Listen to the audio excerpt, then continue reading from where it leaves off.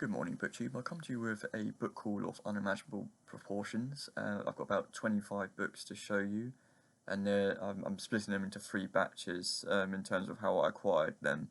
So I'm hoping I can get this done in one video, but if it does get to the point where it's going on for a very long time and I've still got a lot to talk about, I'll perhaps do it in 2 parts. But we'll see how we get on. The first batch, about 8 books, are from Amazon, and I'll explain why.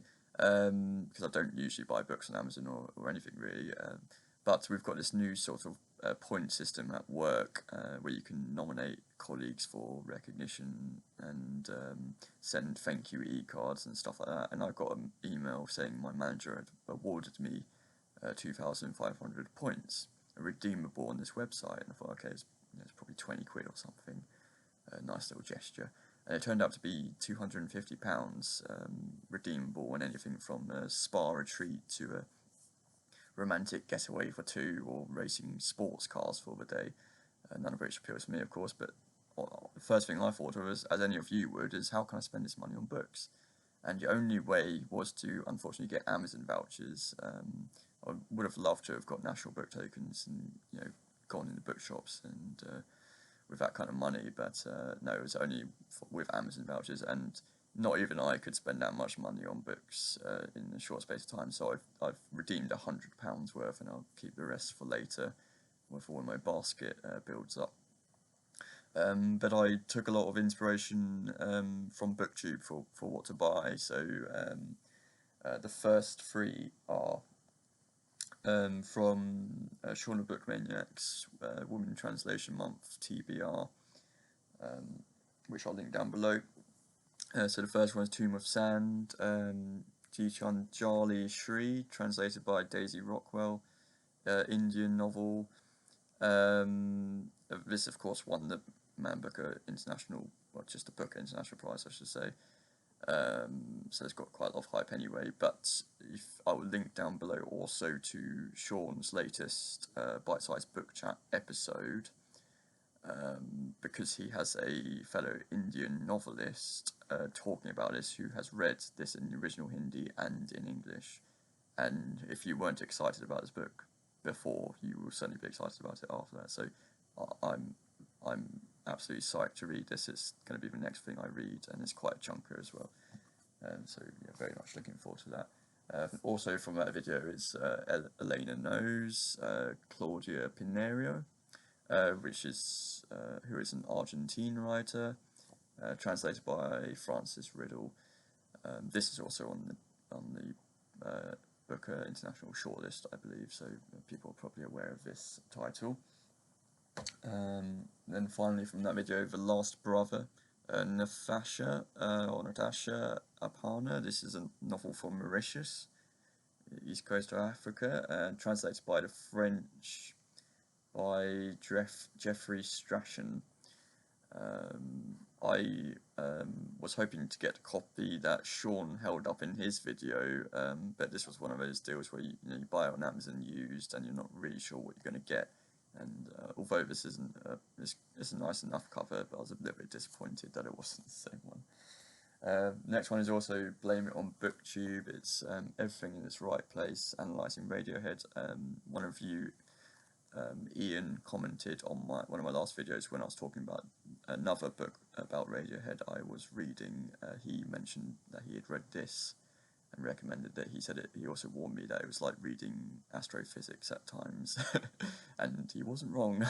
It's intensely academic and theoretical stuff. It's probably intended for an audience of people who know how to read music and understand music theory, but I felt I'm so familiar with the subject matter and the songs that I must be able to get something out of this. It's published by Oxford University Press, and it is actually a print-on-demand title, which was a little bit disappointing. I think this was published in about 2017, so they probably just don't stock it anymore. But I wonder if Oxford are heading in the same direction as the university press I work for, which is that a lot of new releases are just going straight to print-on-demand to save money, and also it's supposedly better for the environment. But you don't get the same quality doing that, which is unless they improve print on demand, then it's never going to be as good. So it's not a bad quality book. It's nice enough to read, but you can tell it's print on demand.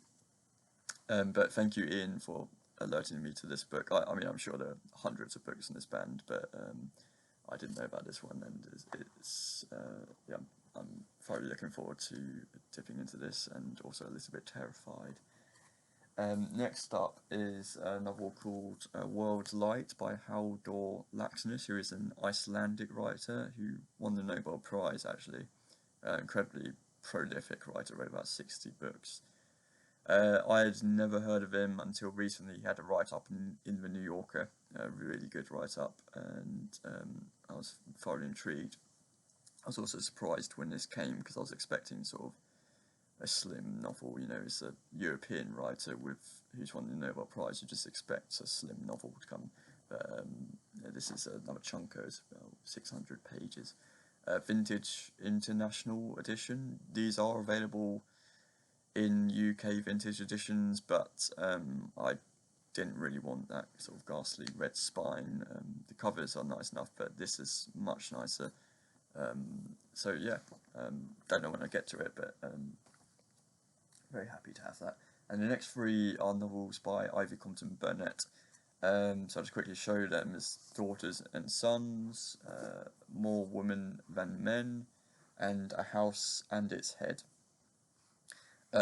These are published by Pushkin Press, so ordinarily I probably would have just bought one to see how it looked before buying the others, but I trust Pushkin Press, and I've had books from them before, excuse me, and I know that they're just really good quality, so I thought it was a safe bet to just get all three, and yeah, but they're really nice and quite nice covers as well.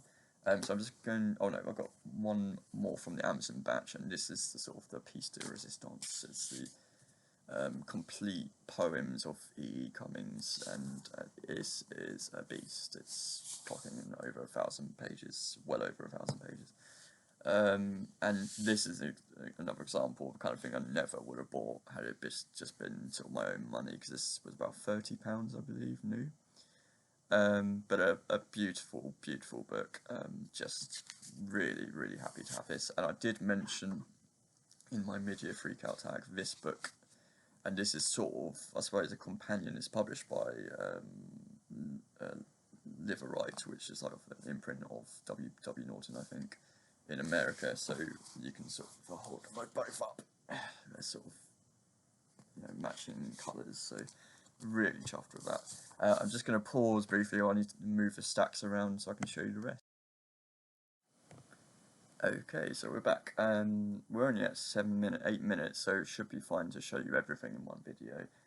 For the next 15 or so are actually from a book trip I took yesterday to Cambridge. I generally go to Cambridge 2 or 3 times a year specifically to go in all the bookshops, do a tour of them. So there's really good bookshops for used books in Cambridge. There's 2 Oxfams, there's Books for Amnesty, there's the world famous G. David's bookstore hidden down an alleyway. You would never find it unless you knew it was there. There's Heffers, who have a good used book section. I mean, there's Waterstones, but I don't go in there. And finally, there is an RSPCA bookshop down the end of Mill Road, but I didn't venture there yesterday because it's quite a trek. It's a lovely walk, because Mill Road is sort of a really diversified area, and you've got all these sort of independent cafes and restaurants and things. But I didn't have time because I had a film to catch, so I didn't go there. But RSPCA is the place to go, because they sell the cheapest books. I mean, books in there are about 50p to £1, regardless of what they are. So you can really just buy a lot in there and not spend too much money. It wasn't the best haul yesterday. There wasn't sort of any really standout things I got, but I still got a fair amount and enough to show. So starting with this, The Riders by Tim Winton. I've never read any Tim Winton before, Australian writer.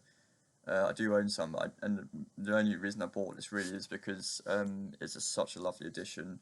An American edition published by Scribner, and it looks like a first American edition, and it's protected in this sort of plastic as well.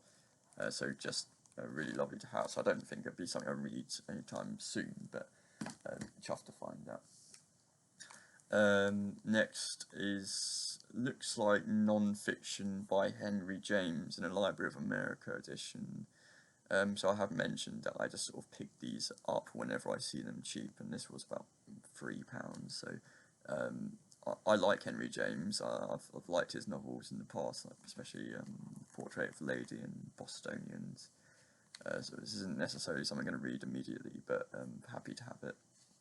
They had a lot of these editions in G. David's bookshop, although they were a bit pricey. So I almost bought a Walt Whitman collection of poems, but it was about £10, so I didn't pull the trigger on that in the end. But I was happy to find this instead.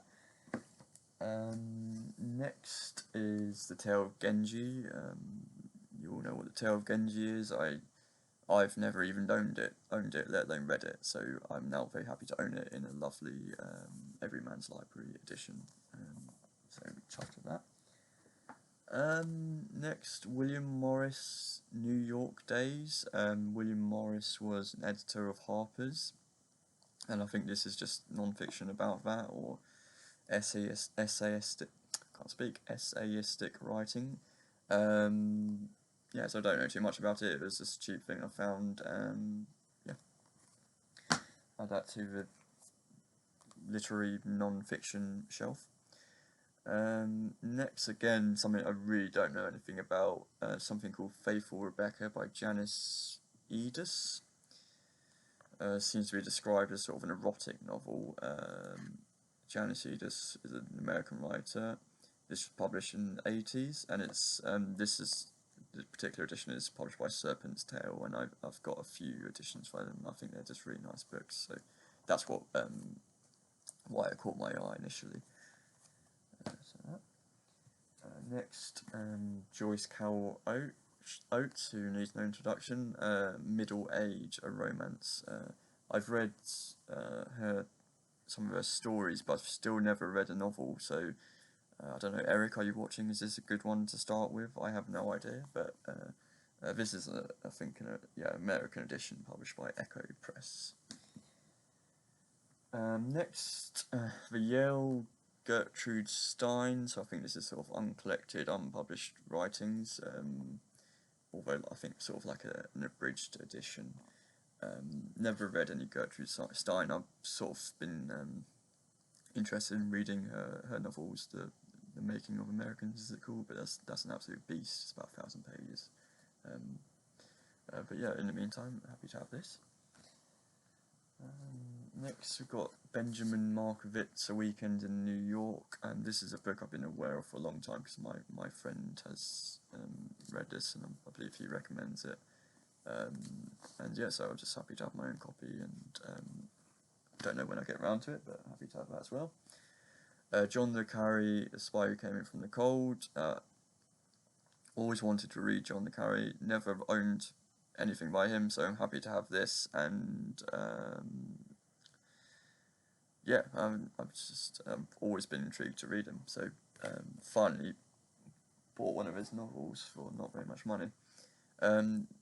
Next we have The Other Side of a Frontier, a V.S. Pritchett reader. Seems to be sort of the selected writings of V.S. Pritchett, so short stories and literary essays and book reviews, that kind of thing. I do have a huge collection of V.S. Pritchett essays, which I often, it's all about classic authors, and I often dip into it if I say I read something, I don't know, by Dostoevsky, and I'll quickly refer back to the V.S. Pritchett just to see what he says about that out of curiosity. So just add that to have that next to that book. Next we have Thomas Mann, The Magic Mountain. Again, this isn't a book I've been looking to buy for as long as I can remember, but I can either just never find it in used bookshops, or it's not an edition I like. I know this is published in a sort of Everyman's Library edition, but it seems to be quite rare, and you can't buy it new in bookshops, and it seems I've never seen it used. So this will maybe act as a placeholder until then.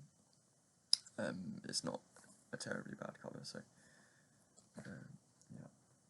And finally, from this part of the haul, we've got The Last Good Time by Richard Bausch, with a pretty damn ugly movie cover, but otherwise a nice book. I really like Richard Bausch. I've read a couple of his short story collections. I've read one of his novels, and he's just a fabulous writer. So, yeah, I've heard of this movie. I didn't realise it was a book by Richard Bausch. He has a twin brother. God, what's his name? Robert Bausch, possibly. Identical twin, who was also a writer and who was probably most famous for writing the book which inspired the movie Bruce Almighty. And there was a whole thing about him not getting the royalties properly for that film. But interesting stuff. So I'm just going to pause one more time and I'll get the rest of the book. Okay, so the last three are just from the local Oxfam in Ely. Just a little funny story. There was hardly anyone in there, and I'd picked up 4 books, and I hadn't even made it to the fiction section yet. So I just thought I'll just pop these 4 books that I wanted to buy down on this shelf here, whilst I go look at the fiction, so I can just rummage through and flip through. It's a bit easier. So the only other person in there was like a lady with a pushchair and a young child. So I thought, man, chances are no one's going to pick these books up and buy them. But I was rummaging through the fiction, and before I knew it, I looked behind me, and that same lady was looking at my stack of books, and my heart was in my mouth because I thought, no. What were the chances? But I couldn't be angry at her because they were fair game. They were, I put them down, and they're for anyone to look at. So I had, I saw she was looking at a book about Emily Dickinson, which I had chosen. It's a small monograph about Emily Dickinson's work. It was 99p. It had some underlining in it, but it wasn't excessive, and it was certainly readable, and she picked it up, looked through it, and bought it, and I couldn't believe it. I was so upset. But again, it was fair game, so that was I've got no one to blame but myself for doing it, so I'll never do that again. But anyways, I did buy 3 other books, which she obviously wasn't interested in. The first one is something I'd never heard of. It's called a novel called well, no, it's not a novel. It's a short story collection actually. Called All the Lights by Clemens Meyer, who's a German author, so translated by Katie Derbyshire. Don't really know anything about this, it just intrigued me. It's published by And Other Stories, quite good independent publisher, I think, and it's got number 2 on the spine, so I wonder if that means this was the second thing they ever published, book 02, which would be quite cool. I wonder what the first book was. But yeah, it's not necessarily something I'm going to read immediately, but I'm happy to have that. Next, a book on the Wars of the Roses, just standard thing, quite nice, by Anthony Goodman. So go on the history shelf. I've read books about or biographies about the people involved in the Wars of the Roses, about the kings and queens, and I've read sort of overall histories of Britain as well, which of course would include an overview of the Wars of the Roses, but I've never, as far as I know, read a book specifically about the Wars of the Roses, self-contained thing, so yeah, good stuff. And finally, to conclude the book haul, is the Collected Letters of W.B. Yeats, Volume 1, 1865 to 1895, published by, I think, by Oxford University Press again. And I believe this is volume 1 of about 12, so there weren't any other volumes there, but I'm not entirely sure. It wasn't particularly expensive, so I'm not really sure why I bought this, but maybe I'll seek out the other 11 eventually, who knows. But yeah, that concludes the book haul. Thank you very much for watching.